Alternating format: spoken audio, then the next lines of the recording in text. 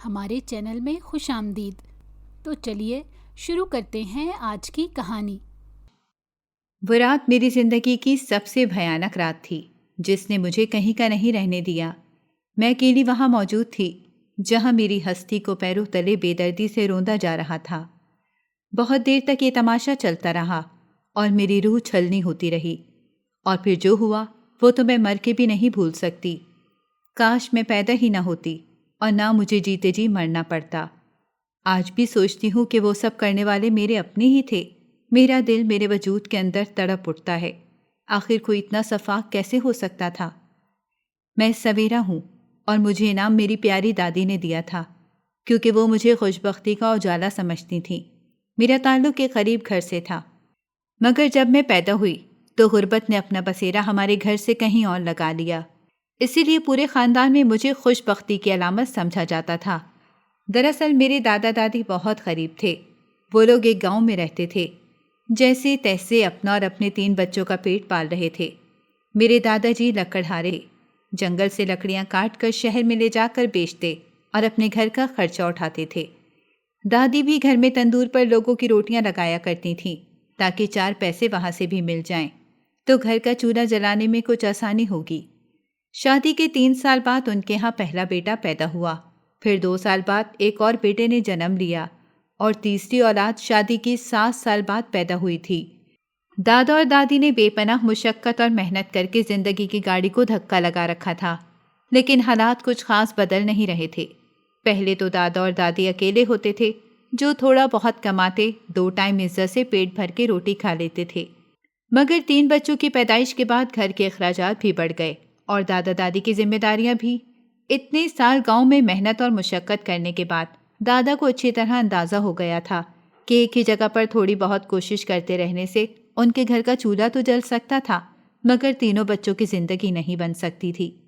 اسی لیے دادا دادی نے بڑے دل کے ساتھ ایک فیصلہ کیا اور دادا اپنے تینوں بچوں کو بیوی کے پاس گاؤں میں چھوڑ کر خود شہر چلے گئے۔ شہر میں جا کر انہوں نے اپنے سالوں کی جمع پونجی سے چھوٹے چھوٹے کام کرنے شروع کر دیے۔ کبھی وہ سبزی کا ٹوکرا لے کر سائیکل پر گلیوں میں پھرتے تو کبھی فروٹ اٹھا لیتے تھے، یہاں تک کہ انہوں نے مونگ پھلی اور بھٹے بھی بیچے اور وقت کے ساتھ ساتھ شہر میں رہ کر گاؤں سے زیادہ کمانے لگے۔ وہ ہر 15 دن بعد گھر میں چکر لگاتے تھے، بیوی کے ہاتھ میں 15 دن کا خرچہ دے کر واپس شہر چلے جاتے، کیونکہ وہ شروع سے ہی شہر میں آتے جاتے تھے، اسی لیے ان کی جان پہچان بھی کافی لوگوں سے تھی۔ ایسے ہی ایک دوست کے ذریعے انہیں رہنے کا ٹھکانہ مل گیا تھا۔ پھر سائیکل پہ چھوٹی سی ٹوکری میں چیزیں بیچتے بیچتے انہوں نے ٹھیلا لگانا شروع کر دیا۔ اب ٹھیلے سے ان کی کمائی میں بھی اضافہ ہوا تھا۔ انہوں نے اپنے ایک جاننے والے کے ذریعے ایک چھوٹے سے گھر کا پتہ کیا اور گاؤں والا گھر بیچ کر کچھ قرضے کے ساتھ شہر میں وہ گھر خریدا اور اپنے بیوی بچوں کو شہر لے گئے۔ میرے ابا دادا دادی کے سب سے بڑے بیٹے تھے اور اس وقت 5 سال کے ہو چکے تھے جب وہ اپنی اماں کے ساتھ شہر میں شفٹ ہوئے تھے۔ اس کے بعد دادا نے اپنے دونوں بیٹوں کو قریبی اسکول میں داخل کروا دیا، کیونکہ وہ نہیں چاہتے تھے کہ ان کے بچے بھی ساری زندگی سڑکوں اور گلیوں میں رول رول کر 4 پیسے کمائیں۔ ان کا تو خواب تھا کہ ان کے بچے پڑھ لکھ کر کسی اچھی نوکری پر کھڑے ہو جائیں تو ان کے بھی دن بدل جائیں گے اور بچوں کی بھی زندگی بن جائے گی۔ دادا اور دادی نے اپنا پیٹ کاٹ کاٹ کر اپنے تینوں بچوں کی تعلیم جاری رکھوائی۔ دادا بڑے سال تک سبزی اور فروٹ کا ٹھیلا لگا رہے تھے، لیکن وہ اپنی ذات پر کم خرچ کرتے، زیادہ خرچہ بیوی بچوں اور گھر پر ہی ہوتا تھا۔ اس کے علاوہ انہوں نے کمیٹی بھی ڈال رکھی تھی تاکہ کچھ نہ کچھ بچت ہوتی رہے جو آگے چل کر بچوں کی پڑھائی کے کام آ سکے۔ دادی نے بھی اس جدوجہد میں اپنے شوہر کا پورا ساتھ دیا۔ بچوں کی اچھی تربیت کے ساتھ ساتھ انہوں نے تھوڑے میں خوش رہنا بھی سکھایا۔ یہی وجہ تھی کہ جب دادا اور دادی کے تینوں بچے جوان ہو گئے تو انہوں نے زندگی کو جینے کا ڈھنگ بھی سیکھ لیا۔ جوان ہونے کے بعد میرے ابا اور چچا نے جب اپنا اپنا میٹرک مکمل کیا، پھر چھوٹی موٹی نوکریاں شروع کر دی تھیں۔ دادا بوڑھے ہو چکے تھے اور بیمار رہنے لگے تھے، اس کے باوجود انہوں نے ٹھیلا لگانا نہیں چھوڑا تھا۔ میرے ابا نے ایک چھوٹے سے پرائیویٹ اسکول میں نوکری شروع کر دی تھی، ساتھ اپنی تعلیم بھی جاری رکھی۔ وہ جتنا کماتے تھے اس میں سے اپنی تعلیم کا خرچہ بھی کرتے اور کچھ نہ کچھ بچا کر دادی کو بھی دے دیا کرتے تھے۔ اسی طرح وقت کے ساتھ ساتھ انہوں نے BA بھی کر لیا اور ان کی نوکری بھی اچھی لگ گئی۔ دوسری طرف چچا بھی درس و تدریس کے پیشے سے ہی منسلک ہو گئے۔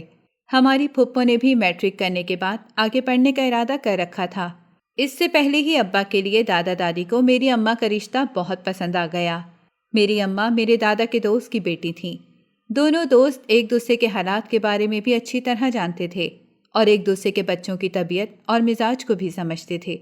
لیکن دادا کے دوست نے اپنی بیٹی کا رشتہ میرے ابا کے لیے لیتے ہوئے میرے دادا سے پھپھو کا رشتہ بھی اپنے بیٹے کے لیے مانگا تھا، اور دادا کبھی بھی اتنے اچھے رشتے کو انکار نہیں کر سکتے تھے۔ اسی لیے انہوں نے پھپھو کا میٹرک پورا ہونے کے بعد ان کی شادی میرے ماموں سے طے کر دی۔ اسی طرح میرے ابا اور پھپھو کی شادی ایک ساتھ ایک ہی گھر میں ہو گئی تھی۔ میرے ابا کی شادی کے 1 سال بعد میرا بڑا بھائی پیدا ہوا تو دادا اور دادی کی خوشی کی انتہا نہ رہی، کیونکہ انہیں اپنے بیٹے کی اولاد کا سکھ مل گیا تھا۔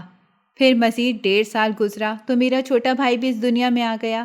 اس کے کچھ مہینوں بعد چچا کی شادی بھی ہو گئی۔ دادا اور دادی کا گھر تو اتنا بڑا نہیں تھا، مگر گھر میں رہنے والوں کے دلوں میں ایک دوسرے کے لیے جگہ بہت تھی۔ اسی وجہ سے شادی کے بعد بھی ابا چچا دادا دادی کے ساتھ ہی رہے تھے۔ مگر جب میرے بھائی کی پیدائش کے 1 سال بعد دادا کا انتقال ہوا تو میرے ابا اور چچا کو ایک بڑا جھٹکا لگا تھا۔ دادا کی ساری اولاد ہی بہت فرما بردار اور نیک تھی۔ وہ لوگ ماں باپ کی خوب قدر کرنا جانتے تھے، اسی لیے باپ کے گزر جانے کا صدمہ بھی بہت بڑا تھا۔ مگر دادی نے ہمیشہ کی طرح صبر سے کام لیتے ہوئے اپنے گھر اور بچوں کو سنبھال لیا۔ اور پھر دادا کے انتقال کے 6 مہینے بعد جب میں دنیا میں آئی تو ایک مرتبہ پھر گھر میں خوشی کی لہر دوڑ گئی۔ میری پیدائش کے اگلے ہی دن ابا کی ترقی ہو گئی اور انہیں پکی سرکاری نوکری مل گئی تھی۔ ساتھ ہی چچی بھی امید سے ہو گئیں۔ ایک ساتھ 2 خوشخبریوں نے دادی کے دل کو نہال کر دیا۔ دادی نے خوش ہو کر میرا نام سویرا رکھا اور وہ مجھ سے بہت زیادہ پیار کرتی تھی۔ اماں سے زیادہ تو میں دادی کے پاس ہی پائی جاتی تھی، حالانکہ ان کی بوڑھی ہڈیوں میں اتنا دم باقی نہیں تھا۔ اس کے باوجود وہ مجھے بہت اچھے طریقے سے سنبھال لیتی تھی۔ میں اماں ابا سمیت پورے گھر کی لاڈلی تھی۔ چچا کے ہاں پہلی اولاد بیٹا پیدا ہوئی تھی۔ وہ دونوں میاں بیوی بھی مجھ سے بہت پیار کرتے تھے، کیونکہ وہ یہ جانتے تھے کہ بیٹیاں گھروں میں رحمت ہوتی ہیں، اور جس گھر میں بیٹی کی قدر نہیں ہوتی وہاں سے رحمت بھی روٹھ جاتی ہے۔ چچی جب بھی اپنے میکے جاتی تو واپسی پر میرے لیے چوڑیاں، کپڑے اور نہ جانے کیا کچھ لے کر آتی تھیں۔ ہر عید پر مجھے بڑے پیار سے وہ تیار کیا کرتی تھیں۔ میری اماں کو تو میرے لاڈ پیار اٹھانے کا موقع ہی نہیں ملتا تھا۔ ابا، چچا دادی، چچی اور میرے 2 بھائی ہی کافی تھے۔ ابا نے مجھے اسی پرائیویٹ اسکول میں داخل کروایا تھا جس میں میرے بھائی پڑھتے تھے۔ گھر میں 3 بیٹوں کے درمیان میں بالکل شہزادیوں کی طرح پل رہی تھی۔ کبھی کسی نے مجھے کوئی کمی محسوس نہیں ہونے دی۔ میری ہر فرمائش پوری کرنا چچا اور ابا پر تو جیسے فرض تھا۔ اگر کبھی میں ذرا سا بھی رو پڑتی تو سب پریشان ہو جاتے تھے، خاص طور پر دادی کی تو جان پر بن جاتی تھی۔ ایک مرتبہ میں بیمار ہو گئی۔ مجھے تیز بخار تھا اور بخار اترنے کا نام نہیں لے رہا تھا۔ وہ ساری رات ابا اور دادی میرے سرہانے بیٹھے جاگتے رہے۔ اماں مجھے سنبھال رہی تھیں اور چچا چچی بار بار آ کر میری خیریت معلوم کرتے تھے۔ پھر جب میری طبیعت زیادہ خراب ہوئی تو مجھے ہاسپٹل لے گئے۔ ڈاکٹر نے کہا کہ بچی کو خون کی شدید کمی ہے، حالانکہ شروع سے ایسی کوئی بات نہیں تھی۔ میں کھاتی پیتی بھی ٹھیک تھی، اس کے باوجود بڑی نازک سی ہوا کرتی تھی، اور یہ اس وقت کی بات ہے جب میں 7 سال کی تھی۔ پہلے تو ڈاکٹر نے مجھے کچھ دوائیاں لکھ کر دیں جس سے میری خون کی کمی کافی حد تک پوری ہو گئی۔ مگر ایک دن اچانک صحن میں کھیلتے کھیلتے میں بہت زور سے گری تو میرا سر پھٹ گیا۔ زیادہ خون بہنے کی وجہ سے میری حالت خراب ہو گئی۔ اسی وقت چچا نے مجھے اپنا خون دیا۔ اگر میرے بھائیوں نے ابا اور چچا سے کوئی بات منوانی ہوتی تو مجھے آگے کر دیتے تھے، کیونکہ وہ اچھی طرح جانتے تھے کہ ابا اور چچا مجھے کبھی انکار نہیں کریں گے، اور میں بھی اس بات پر بڑا اتراتی تھی۔ میں ایسی ہی بے شمار اور بے لوث محبتوں کے سائے میں پروان چڑھ رہی تھی۔ اماں اور چچی سارے گھر کا کام سنبھالتی تھیں، لیکن مجھے کوئی کام نہیں کرنے دیتی تھیں۔ چچی کا بیٹا بھی اب 5-6 سال کا ہو گیا تھا۔ اس کے بعد ان کے ہاں کوئی اولاد پیدا نہیں ہوئی۔ چچا اور چچی کو بیٹی کا بڑا شوق تھا، اور پھر انہوں نے اپنا وہ سارا شوق بھی میرے لاڈ پیار میں ہی پورا کیا۔ گھر میں کبھی کسی نے مجھے ڈانٹا تک نہیں تھا، بلکہ کوئی مجھ سے تیز آواز میں بات بھی نہیں کرتا تھا۔ ہمارے گھر میں بہو بیٹیوں کے ساتھ تیز آواز میں بات کرنا معیوب سمجھا جاتا تھا، اور یہ سب کچھ میرے دادا اور دادی کی اچھی تربیت اور پرورش کا ہی نتیجہ تھا کہ ابا اور چچا کے بعد میرے 3 بھائی بھی ان کے نقش قدم پر چل رہے تھے۔ جب میں میٹرک میں پہنچی تو مجھے اسکول کے ٹرپ کے ساتھ جانے کا بڑا شوق تھا۔ دادی اس وقت بہت ضعیف ہو چکی تھیں، ان کو سنائی بھی کم دینے لگا تھا، مگر اس کے باوجود میرے ہر معاملے کی خبر رکھا کرتی تھیں۔ سب سے پہلے تو انہوں نے ہی مجھے اسکول کے ٹرپ پر جانے کی اجازت نہیں دی، لیکن وہ میری زندگی کی پہلی اور آخری ضد تھی۔ میں ضد کر کے ابا اور بھائیوں کو منا لیتی۔ دادی کے سامنے 4 آنسو بہا کر اسکول ٹرپ پر چلی گئی تھی، اور دادی پریشانی میں نہ ٹھیک سے کھا پی رہی تھی اور نہ ہی سوتی تھی۔ حالانکہ میرا ٹرپ صرف 2 دن کا تھا، لیکن واپسی پر جب ہمارے اسکول بس کا ایکسیڈنٹ ہوا تو یہ بات دادی سے چھپا کر رکھی گئی۔ اس حادثے نے میرے اندر بہت زیادہ خوف اور ڈر بٹھا دیا تھا، لیکن جب میں اپنے ابا کے ساتھ خیر خیریت سے واپس اپنے گھر پہنچی تو میری پہنچنے کی تھوڑی دیر بعد دادی کا انتقال ہو گیا۔ پتہ نہیں کیوں مجھے ایسا لگتا تھا جیسے ان کو میری فکر مجھ سے ہمیشہ کے لیے دور لے گئی تھی۔ کتنے دن تک تو میں روتی رہی، کھانا پینا بھی ٹھیک سے نہیں کھاتی تھی۔ ابا اور اماں سمیت باقی سب گھر والوں نے مجھے بہت سمجھایا اور میرے دل کو بہلانے کی بہت کوشش کی تھی، تب کہیں جا کر میں نارمل ہو سکی۔ کیونکہ میرے بس کے حادثے کی بات تو دادی کو معلوم ہی نہیں تھی، پھر میرا ایسا سوچنا کسی بھی طرح سے درست نہیں تھا۔ میں بڑی مشکل سے خود کو کنٹرول کر کے آگے بڑھنے میں کامیاب ہوئی تھی، مگر اس کے بعد میں نے کسی بھی بات میں بے جا ضد کرنا بالکل چھوڑ دیا تھا، اور میری طبیعت میں کچھ سنجیدگی بھی آ گئی تھی۔ پھر جب میں کالج جانا شروع ہوئی تو ابا نے میرے دونوں بڑے بھائیوں کی شادیاں کر دیں۔ بڑی بھابھی تو بہت اچھی تھیں، مگر چھوٹی بھابھی پتہ نہیں کیوں مجھ سے حسد کرنے لگ گئی تھی۔ انہیں لگتا تھا کہ مجھے گھر میں سب سے زیادہ اہمیت دی جاتی ہے، جس کی وجہ سے باقی سب کے ساتھ ناانصافی ہوتی تھی، جبکہ ایسا کچھ بھی نہیں تھا۔ ہاں، وہ الگ بات تھی کہ بھائی ہر بات اور ہر معاملے میں مجھے بہت اہمیت دیتے تھے۔ شاید اسی وجہ سے بھابھی کو یہ سب پسند نہیں تھا۔ اب ہمارے گھر میں تھوڑا تناؤ والا ماحول رہنے لگا۔ اماں کو ڈر تھا کہ چھوٹی بہو کی دیکھا دیکھی بڑی بہو بھی گھر کی بیٹی سے متنفر نہ ہو جائے۔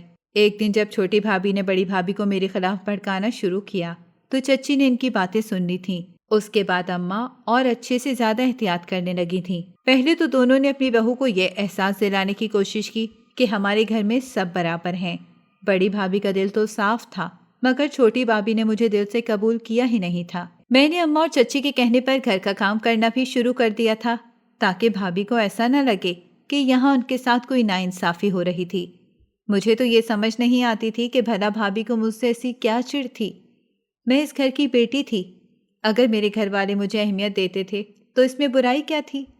پہلے تو کچھ عرصہ بھابھی بھی تھوڑی حد میں رہیں اور میں بھی بھابھی کو خوش کرنے کی کوششیں کرتی تھی، مگر جب میں اپنی کسی کوشش میں کامیاب نہ ہو سکی تو میں نے اپنے کام سے کام رکھنا شروع کر دیا۔ میرا کالج بھی شروع ہو چکا تھا۔ میں کالج جاتی اور شام کو اکیڈمی بھی جانے لگ گئی تھی تاکہ گھر میں میرا وقت کم ہی گزرے۔ دوسری طرف میری بھابھی نے اپنی جگہ اور حسد کی آگ کو ٹھنڈا کرنے کے لیے عجیب و غریب منصوبے بنانا شروع کر دیے تھے، جن کا مجھے بالکل بھی اندازہ تک نہیں تھا۔ کبھی میری بھابھی بھائی کو میرے خلاف کرنے کی کوشش کرتی تھی تو کبھی میرے کسی نہ کسی کام کو بگاڑ کر مجھے گھر والوں کی نظر میں برا بنانے کی کوشش میں لگ جاتی۔ اس بات کا مجھے اس وقت پتہ چلا جب ایک دن بھائی کے کہنے پر میں نے کھانا بنایا تھا۔ میں نے ہر چیز چیک کی تھی، مگر اس کے باوجود جب کھانا میز پر لگایا تو اس میں مرچ اور نمک بہت تیز تھا۔ سب حیران تھے کہ ایسا کیسے ہو سکتا ہے، کیونکہ میں اس سے پہلے بھی کھانا بنا چکی تھی۔ مگر بھابھی نے اپنی چال چلی اور باتیں سنانا شروع کر دیں کہ کالج میں جانے والی لڑکیاں نہ تو گھروں کے کام کرتی ہیں اور نہ ہی گھر بساتی ہیں۔ آج کھانے میں نمک مرچ تیز ہوا ہے، کل یہی چال چلن جب سسرال میں دکھائے گی تو ہم سب کی ناک کٹ جائے گی۔ بھابھی کی اس بات پر چچی نے جواب دیا تھا، اور پھر اس دن کے بعد بھابھی نے سرے عام مجھے نیچا دکھانے کی کوششیں شروع کر دیں۔ میرے گھر والے تو بھابھی کے مزاج کو سمجھ چکے تھے، اس لیے نہ تو ان کی کسی بات میں آتے تھے اور نہ ہی انہیں غلط ثابت کرتے تھے، تاکہ گھر میں کوئی لڑائی جھگڑا نہ ہو اور سب مل کر رہیں۔ مگر پتہ نہیں بھابھی نے بھائی کو کیا کچھ کہا تھا کہ اب وہ تھوڑا چپ چپ رہنے لگا تھا۔ پھر ایک دن بھابھی نے اماں کے سامنے منہ پھاڑ کر الگ ہونے کی بات کہہ ڈالی تو سب حیران رہ گئے۔ اصل میں ماجرا یہی تھا کہ وہ لڑکی کسی کے ساتھ رہنے کو تیار نہیں تھی، مگر اماں کو یہ ڈر تھا کہ اگر انہوں نے بہو اور بیٹے کو الگ کر دیا تو وہ بھائی کو اور زیادہ بدگمان کرنے کی کوشش کرے گی۔ اگر بھائی نے اپنے ماں باپ اور بہن بھائیوں سے ملنا ہی چھوڑ دیا تو کیا ہوگا؟ اسی لیے اماں نے چھوٹی بھابھی کے ساتھ کچھ زیادہ ہی نرمی والا رویہ رکھنا شروع کر دیا۔ اب اماں خود بھائی سے کہہ کر بھابھی کو باہر گھمانے کے لیے بھیج دیتی تھی، اور مجھے بھی اکیڈمی چھوڑ کر گھر کے کاموں میں بھابھیوں کا ہاتھ بٹانے کا حکم جاری کر دیا گیا۔ میں نے خاموشی سے اماں کی بات مان لی۔ ایسے ہی روتے دھوتے وقت آگے بڑھتا گیا اور میرا انٹر مکمل ہوا تو اماں نے میری شادی کا فیصلہ کر لیا۔ بھابھی نے اپنے میکے سے ایک رشتہ پہلے ہی بھائی کے کانوں میں ڈال رکھا تھا اور بھائی بھی وہاں پر میری شادی کرنے کے لیے تیار تھے۔ حالانکہ ان لوگوں کے بارے میں بھائی خود بھی ٹھیک سے جانتے نہیں تھے۔ جب بھائی اور بھابھی نے سب کے سامنے اس رشتے کی بات کی تو اماں اور ابا نے مصلحت سے کام لیتے ہوئے ان لوگوں کو چائے پر بلا لیا، اور پہلی ملاقات میں ہی وہ لوگ میرے تمام گھر والوں کو بہت پسند آئے۔ لڑکے کا نام سلمان تھا اور وہ ایک پرائیویٹ جاب کرتا تھا۔ پتہ نہیں بھابھی نے ایسا کیا چکر چلایا کہ سبھی سلمان اور اس کے گھر والوں کے گن گانے لگے۔ نہ تو کسی نے ان کی زیادہ چھان بین کروائی اور نہ ہی استخارہ کروایا گیا، اور میرا رشتہ وہاں پر پکا کر دیا۔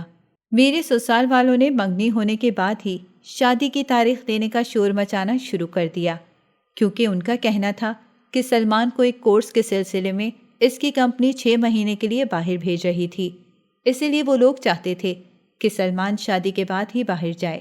اماں اور ابا نے بھی ان کی ہاں میں ہاں ملائی، اور ان سب میں سب سے اہم کردار تو میری بھابھی ہی ادا کر رہی تھیں۔ منگنی کے بعد میری شادی کی تاریخ بھی طے کر دی گئی۔ اماں اور ابا نے مجھے اچھا جہیز دیا تھا۔ چچا اور چچی نے بھی الگ سے میرے لیے جوڑے اور سونے کا ایک سیٹ بنوایا تھا، لیکن اب تو بھابھی بہت خوش تھیں۔ اس نے کسی بات پر کوئی اعتراض نہیں کیا تھا۔ اماں کو لگ رہا تھا کہ بھابھی بدل گئی ہیں، مگر مجھے پتہ نہیں کیوں بھابھی کے خلوص پر کبھی یقین نہیں آتا تھا۔ میں صرف اپنے گھر والوں کی وجہ سے خاموش تھی، اور جیسا انہوں نے چاہا میں نے ویسا ہی کیا۔ رشتہ آنے کے صرف 1 مہینے بعد ہی میں دلہن بن کر سلمان کے گھر چلی گئی۔ وہ لوگ دوسرے شہر میں رہتے تھے۔ سلمان کے ابا 4 بہنیں اور ایک بھائی، سب ایک ہی گھر میں رہتے تھے۔ بھائی شادی شدہ بچوں والا تھا۔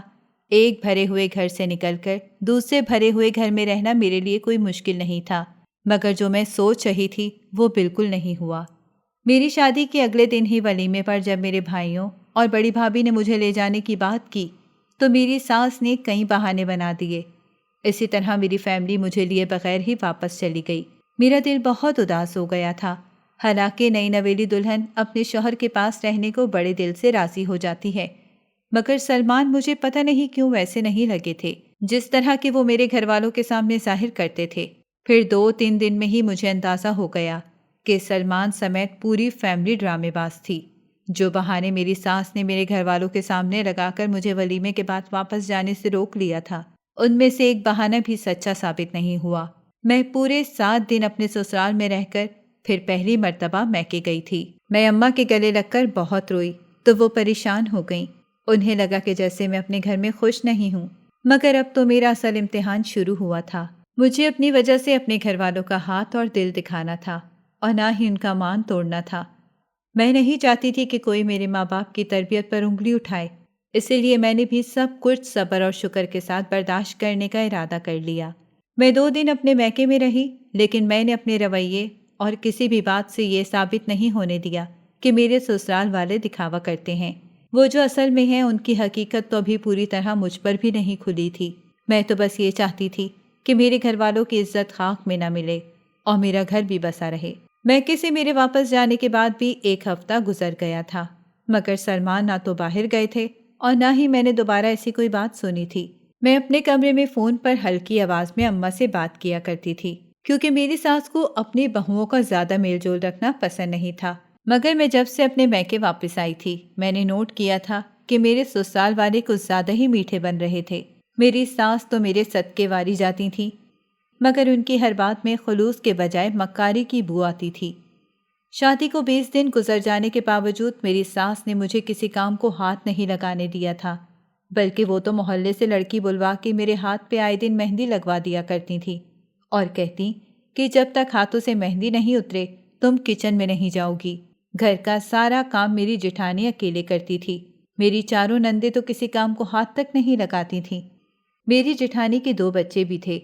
پورے گھر کی اور اس کے بچوں کی ذمہ داری اسے سارا دن سکون سے سانس تک نہیں لینے دیتی تھی۔ مجھے بہت احساس ہوتا تھا۔ پھر میں نے اپنی ساس سے خود کہہ کر گھر میں کام کاج کرنا شروع کر دیا، لیکن میری ساس اور نندیں میرا بہت زیادہ خیال رکھتی تھیں، یہاں تک کہ سلمان بھی مجھ پر جان چھڑکتے تھے، مگر پتہ نہیں کیوں مجھے کسی پر یقین نہیں آتا تھا۔ میرا دل بڑا عجیب سا رہتا تھا۔ پھر جب پورا 1 مہینہ ہو گیا تو میں نے دبے لفظوں میں سلمان سے ان کے باہر جانے کے بارے میں پوچھا تو وہ کہنے لگے کہ کمپنی نے کسی اور کو بھی باہر بھیجا ہے، اس کے بعد وہ مجھے بھیجیں گے، مگر میرے لیے ایک بہت اچھی آفر ہے۔ اگر میں خود پیسہ لگا کر چلا جاتا ہوں تو مجھے زیادہ فائدہ ہوگا، ہو سکتا ہے میری جاب بھی وہیں پر ہو جائے۔ میں نے ان سے کہا کہ اگر ترقی کی راہیں کھلتی ہیں تو آپ ضرور جائیں، مگر وہ وسائل نہ ہونے کا رونا رونے لگ گئے، حالانکہ ان کا گھر اچھا خاصا تھا۔ مجھے تو لگتا تھا کہ جیسے میری ساس اور واقعی سب نے اپنی دولت کا دکھاوا کیا ہے وہ سچ ہوگا، مگر یہ بھانڈا بھی کچھ دن میں ہی پھوٹ گیا۔ جب ایک دن سب کھانے کی میز پر جمع تھے تو میری ساس نے سب کے سامنے مجھے کہا کہ اپنے گھر والوں سے بات کرو، وہ کچھ پیسہ دے کر تمہارے شوہر کو باہر بھیجنے میں ہماری مدد کریں۔ میں یہ سن کر حیران ہو گئی کہ اگر میرے شوہر نے باہر جانا ہے اور باہر جا کر کمانا ہے تو اس میں میرے گھر والوں کو مدد کرنے کی کیا ضرورت ہے؟ جو کرنا ہے باہر جانے کا انتظام تو سلمان کو خود کرنا چاہیے۔ اس لیے میں نے اپنی ساس سے صاف کہہ دیا کہ میں اس سلسلے میں اپنے گھر والوں سے کوئی بات نہیں کروں گی۔ اسی دن کے بعد سے سب کے رویے بدلنے لگ گئے تھے۔ پھر 3-4 دن بعد میری ساس نے سلمان کو کہا کہ بہو کو اس کے میکے لے جاؤ اور کچھ دن اپنی اماں کے پاس رہ کر آ جائے۔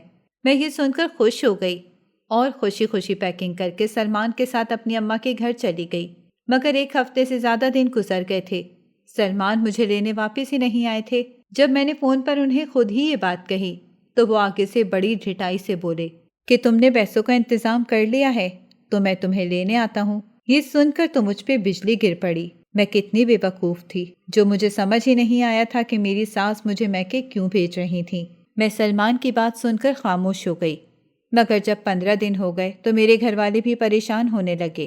انہیں تشویش ہو رہی تھی کہ وہ لوگ مجھے لینے کیوں نہیں آ رہے، اور میں بہانے پر بہانہ بنا کر تھک چکی تھی۔ آخر میں نے سلمان سے جھوٹ بول دیا کہ مجھے پیسے مل گئے ہیں۔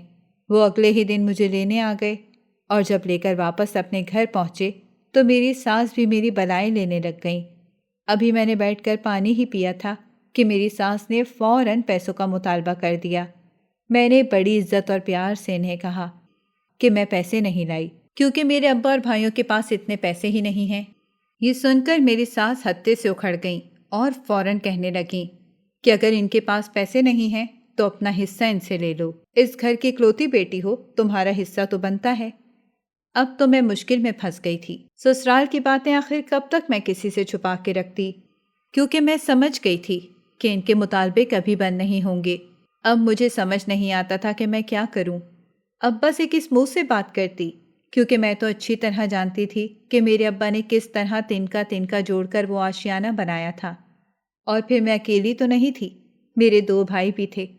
ابا کے پاس کوئی اتنی زمین جائیداد تو تھی نہیں کہ تینوں بچوں کو دے دیتے، اور اگر میں بے شرم ہو کر اپنا حصہ ابا اور بھائیوں سے مانگ بھی لیتی تب بھی میرے حصے میں کیا آنا تھا سوائے شرمندگی کے۔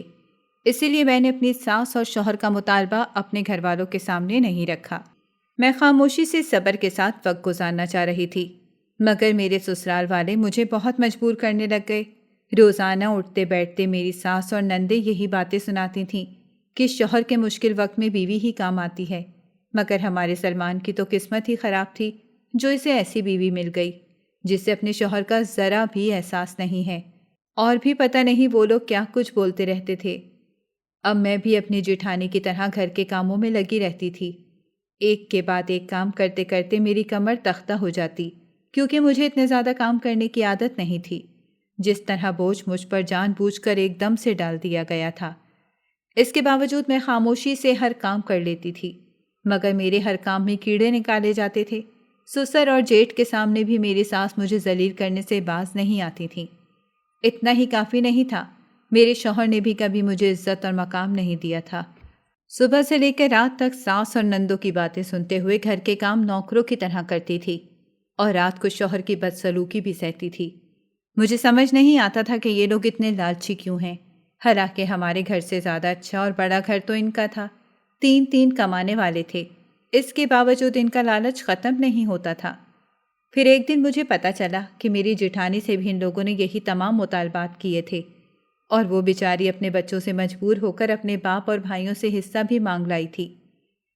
واقعی بچے عورت کے پیر کی زنجیر ہوتے ہیں، لیکن شادی کے 6 مہینے گزرنے کے بعد بھی یہ زنجیر میرے پیروں میں نہیں ڈلی تھی۔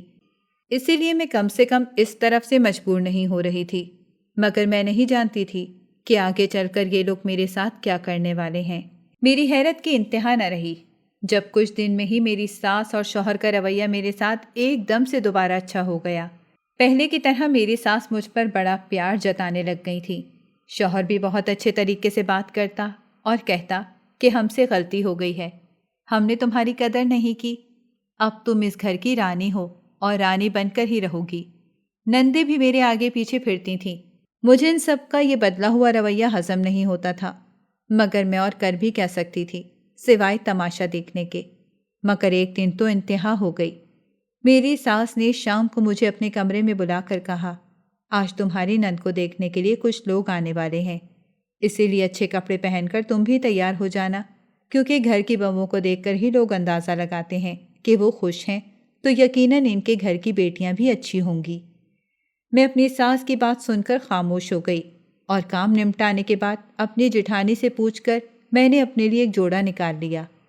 مگر میری دو نندیں میرے کمرے میں آئیں اور میرا نکالا ہوا جوڑا دیکھ کر کہنے لگیں کہ اماں جی نے کہا ہے کہ آپ نئی نویلی دلہن ہیں، اسی لیے بہت اچھے طریقے سے تیار ہوں، اسی لیے میں آپ کے دوسرے کپڑے نکال دیتی ہوں اور پھر ہم آپ کو تیار بھی کر دیں گے۔